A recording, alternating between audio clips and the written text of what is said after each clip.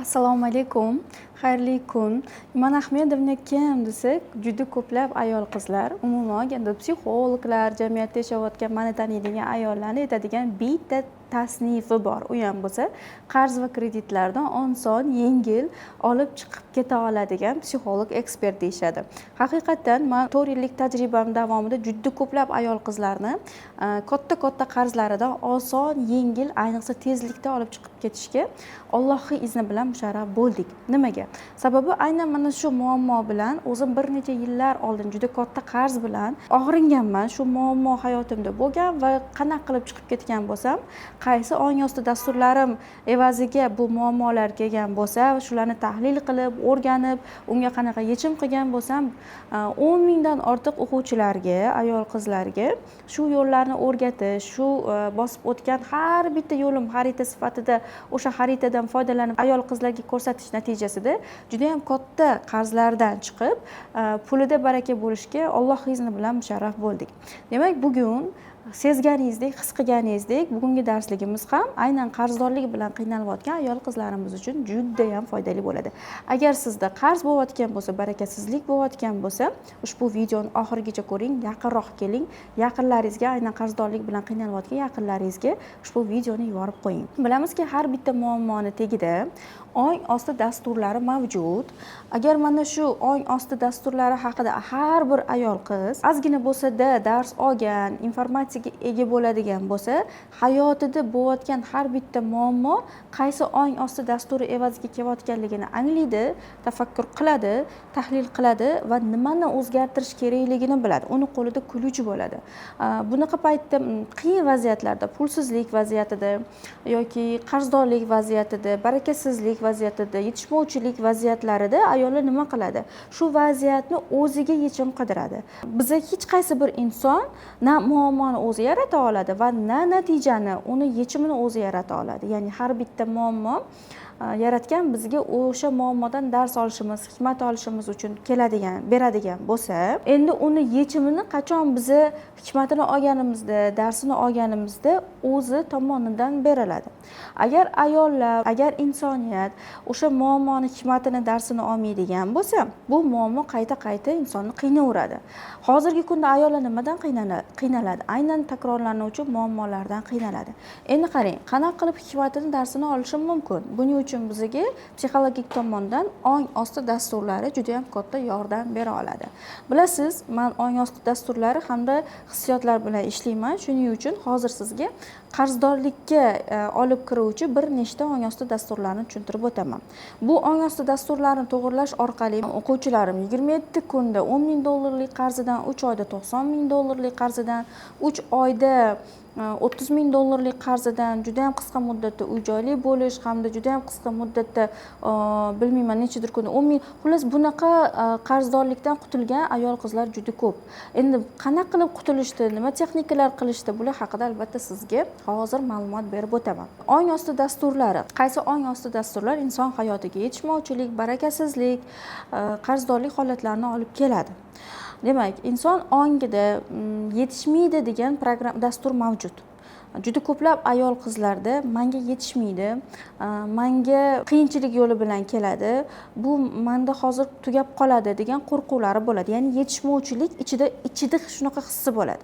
Agar misol uchun oddiy ovqat yetishmaydi menga yoki pul yetishmaydi menga, mehr yetishmaydi menga, e'tibor yetishmaydi menga desa, oddiygina xolodilnikida ovqati bor bo'lib turib, och qolishdan qo'rquv bo'lsa, ya'ni menga hozir ovqat yetishmay qoladi degan qo'rquv bo'lsa, demak bu odam yetishmovchilik programmasida bo'ladi.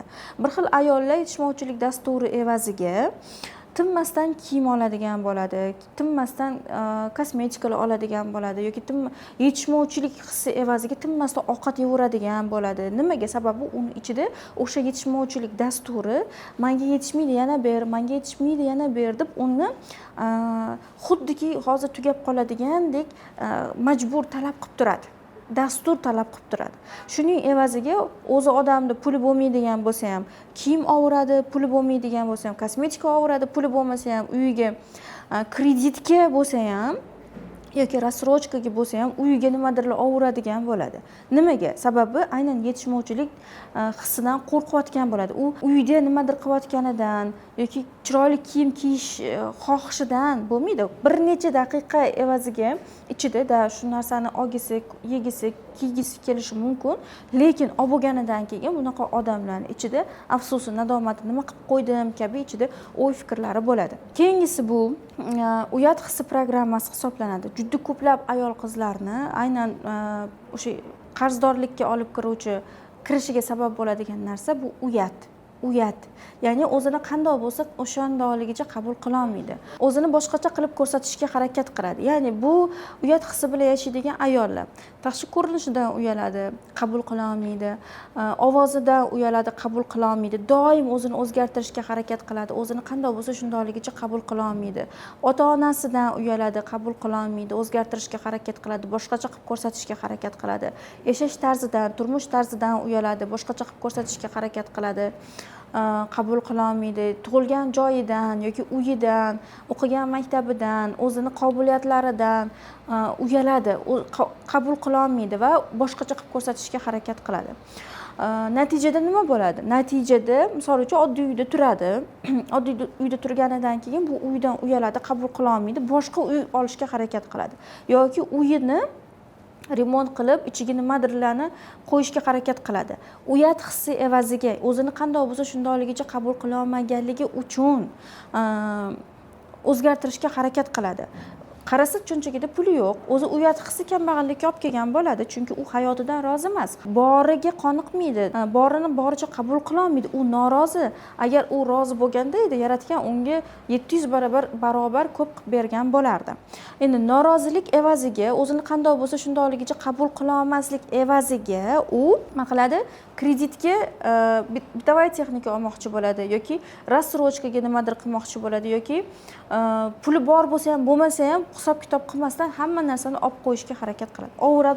Ovuradi. Sababi nima? O'sha o'zini borini boshqacha qilib ko'rsatishga harakat qilish. Misol, oddiy o'zbekcha oiladan tug'ilgan bo'lishi mumkin, yashayotgan bo'lishi mumkin, lekin u o'zini ruscha tarbiya ko'rgan yoki ruscha qadriyatga ega bo'lgan insondek o'zini tutishi bo'ladi. Nima? Hozirgi kunda shunaqa insonlar juda ko'p. Nega? Chunki o'zini asliyatidan uyaladi. Asliyatidan uyalgan odam hech qachon 1-2 bo'lmaydi. Sababi u yaratgan unga o'zbekcha bo'lib, o'zbekcha qadriyat bilan yashash unga mosu xos, u uchun eng afzali ekanligini ko'rsatib, o'sha fitrat bilan, o'sha qadriyat bilan yaratib bo'ldi. O'sha millatga xos qilib yaratib bo'ldi o'zi. Lekin uni qabul qila olmaydi, o'zini boshqacha tutishga harakat qiladi. Natijada bu odam kambag'allikka, yetishmovchilikka, qarzdorlikka kirib ketaveradi. Puli u oydan bu oyga yetmaydi va natijada barakasizlik bo'ladi. Keyingi dastur bu norozilik dasturi. O'zi alohida bitta komanda bo'lishi mumkin. Ya'ni u men hamma narsani bilaman, bu meni hayotim bunaqa bo'lishi kerak emas edi degan o'zini qoidalari, o'zini ichidagi hissiyotlari bo'lishi mumkin. Yoki bo'lmasam yaratgan nima qilayotgan, hayot menga nimani berayotgan bo'lsa, o'sha to'g'ri bo'lyapti deb u hayot bilan bir komanda bo'lishi mumkin. Endi qarang, agar odam norozi bo'lsa, o'zi alohida komanda bo'ladi va u hayotga urush ochadi. Ya'ni sen berayotganing noto'g'ri, seni yaratib qo'ygan qoidang noto'g'ri, meniki to'g'ri deydida, u o'sha hayotga nisbatan kuchini ishlatishni boshlaydi. Qanaqa? O'zi harakatga tushadi, o'zi o'zgartirishga harakat qiladi, ichidan norozi bo'ladi, ota-onasidan norozi bo'ladi, hayotidan norozi bo'ladi, yoshligidan norozi bo'ladi, hamma hozirgi pulidan, ishlayotgan ishidan norozi bo'ladi va men buni o'zgartirishim kerak, chunki men bundan noroziman deb o'zgartirishga harakat qiladi. Agar bu odam yakka o'zi yaratganga nisbatan urush ochib, hayotga nisbatan urush ochib, o'zini o'zgartirishga harakat qilsa, 1-2 bo'lmaydi. U doim qarzdorlikda, doim yetishmovchilikda, doim norozilikda yashayveradi. Chunki uni ichida norozilik dasturi mavjud. Agar odam yaratgan, ya'ni hayot bilan birlashsa, sen nima berayotgan bo'lsang, o'sha to'g'ri, man roziman san berayotganingga. Har bitta narsang seni qoidang bilan bo'lyapti, seni qarorlaring bo'lyapti, hayot qarorlari bilan bo'lyapti deb o'sha qarorlarga haqiqatdan hammasi to'g'ri bo'lyapti degan ichida ishonchi bilan u harakatga tushsa, ya'ni misol uchun oddiy ilm olish yoki ishlashim kerak, yashab qolishim uchun harakat qilishim kerak, o'zgartirish uchun emas. Chunki hayot noto'g'ri bo'lyapti, men noroziman, buni boshqacha qilishim kerak edi degan chувство bilan emas. Hammasi to'g'ri bo'lyapti. Men butun hayotimdan roziman. Alhamdulillah, minnatdorman hayotimdan degan chувство bilan bo'ladigan bo'lsa, u boshqa narsa. O'shanda hozirgi hayoti yanada yaxshi bo'lishni boshlaydi. Endi biza qanaqa qilib men o'zim yoki men o'quvchilarim qanaqa qilib oson yengillik bilan qarzdorlikdan chiqib moliyaviy erkinlikka kirishgan, ya'ni moliyaviy erkinlikka erishishgan yoki pulida baraka bo'lishni boshlashgan. Asosiy sabablari mana shu ong osti dasturlari bilan ishlash va yaratgan bilan munosabatni o'rnatish. Qanaqa qilib? Hozir misol bu uzoq jarayon hisoblanadi, ong osti dasturlari bilan ishlash. Hozir o'zida qaysi dastur sizda bor bo'lsa, o'sha dasturni qilmaslikka harakat qiling. Norozilik bormi? Norozi bo'lmaslikka. Yetishmovchilik bormi? Yetishmaydi emas, menga hamma narsa yetishadi deyishga. Uyat bormi? O'zingizni qandoqligingizcha qabul qila olmayapsizmi? Aksincha, shu narsani qabul qilishga harakat qilishni boshlang. Agar oson, yengil bo'lishini xohlasangiz, albatta yaxshi ekspert bilan birgalikda ishlashingiz kerak bo'ladi. Biz avval shu ong osti dasturlari bilan ishlagan, undan keyin hayot bilan, yaratgan bilan munosabatni to'g'ri qo'ydirishga harakat qilganmiz. Mana shuni natijasida juda ko'p narsalarga afsuslanish, tavba qilish, qanaqadir psixologik hamda yaratgan bilan munosabat to'g'rilaydigan amaliyotlar qilish natijasida oson, yengil bu muammolardan chiqib ketganmiz. Allohning izni bilan. Ong osti dasturlarini o'rganib, hayotdagi har qanday muammoda qanday to'g'ri chiqib ketish kalitiga ega bo'lishni xohlaydigan ayol qizlarimiz uchun biz Huzur nomli dars tashkillashtirganmiz. Ushbu darsimiz naqd 10 ta moduldan iborat bo'lib, bu darsga yana qo'shimcha naqd 8 millionlik 4 ta kurs bonus sifatida berilyapti. Bu kurslarimiz haqida ma'lumot olish uchun, Huzur nomli darsligimiz haqida ma'lumot olish uchun ushbu darsligimiz tagida izohlarda biza silka qoldirganmiz. O'sha silkaga kirasiz, siz bilan bog'lanishimiz mumkin bo'lgan nomerlaringizni, telefon raqamlaringizni to'g'ri qoldirasiz va sotuv bo'limimiz sizga aloqaga chiqib, xodimlarim sizga aloqaga chiqib, sizga aynan ong osti dasturlari, qarzdorlikdan chiqib ketish qanday bo'lishi, qanaqa ularni prarabotka qilish, huzur kursi nima, huzur kursida qanaqa darsliklar o'rgatiladi, qanaqa bonuslar beriladi, 8 millionlik bonuslar qanaqa beriladi, u qanaqa darsliklar, bular haqida mutlaqo bepulga ma'lumot olishingiz mumkin. Bundan tashqari, keling endi sizga aynan qarzdorlikdan chiqib ketish uchun 21 kunlik bitta amaliyot beraman. Bu amaliyotni albatta bajaring. Undan keyin agar natijaga erishadigan bo'lsangiz, izohlarda yozib qoldiring. Birinchi bo'lib, qarzlaringizni yozib chiqishingiz kerak. Qancha qarzingiz bor, hammasini yozib chiqasiz. Birinchi qiladigan ishingiz o'sha qarzlaringizni eng kichkinasini qo'lingizga tushgan summadan berishni boshlaysiz. Eng kichkinasidan boshlaysiz. 100 ming so'mmi, 50 ming so'mmi, 200 ming so'mmi nech pul bo'lsa, o'shani berishni boshlaysiz va berganingizni ptichka qilishni boshlaysiz.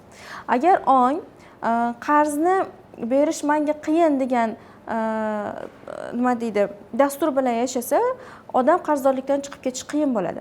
Agar onga ozgina bo'lsa-da ham qaysidir qarzni berib, qara, ko'rdingmi, qarzni berish qiyin emas degan unga dasturni beradigan bo'lsangiz, buyruqni beradigan bo'lsangiz, ong sizga tezroq qarzdorlikdan qutulish uchun bor harakatini qilib beradi. Keyingi qiladigan ishingiz, birinchi yozasiz, nechta qarzingiz bo'lsa va o'shaning eng kichkinalarini to'lashni boshlaysiz. Ikkinchi qiladigan ishingiz esa ehson qilish.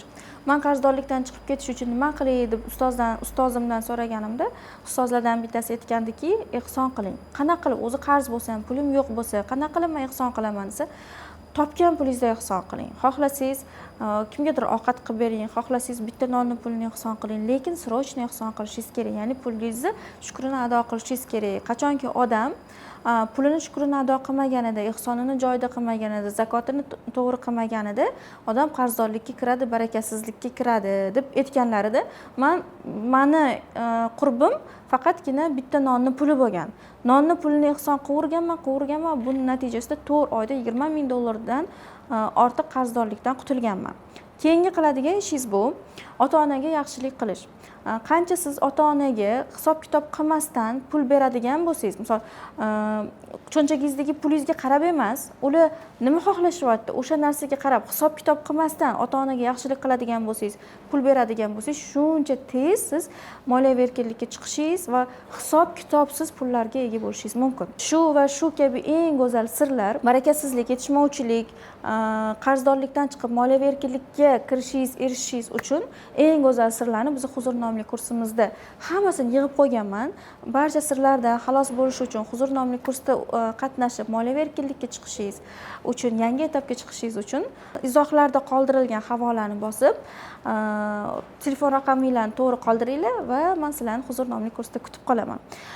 Darsimiz haqida yoki qanaqa yangi darsliklar olishni xohlashingiz haqida izohlarda yozib qoldiring. Bu men uchun juda ham muhim, chunki bugun siz talab qilgan darslik ertaga yangi bepul darslik sifatida ko'z oldingizda namoyon bo'ladi.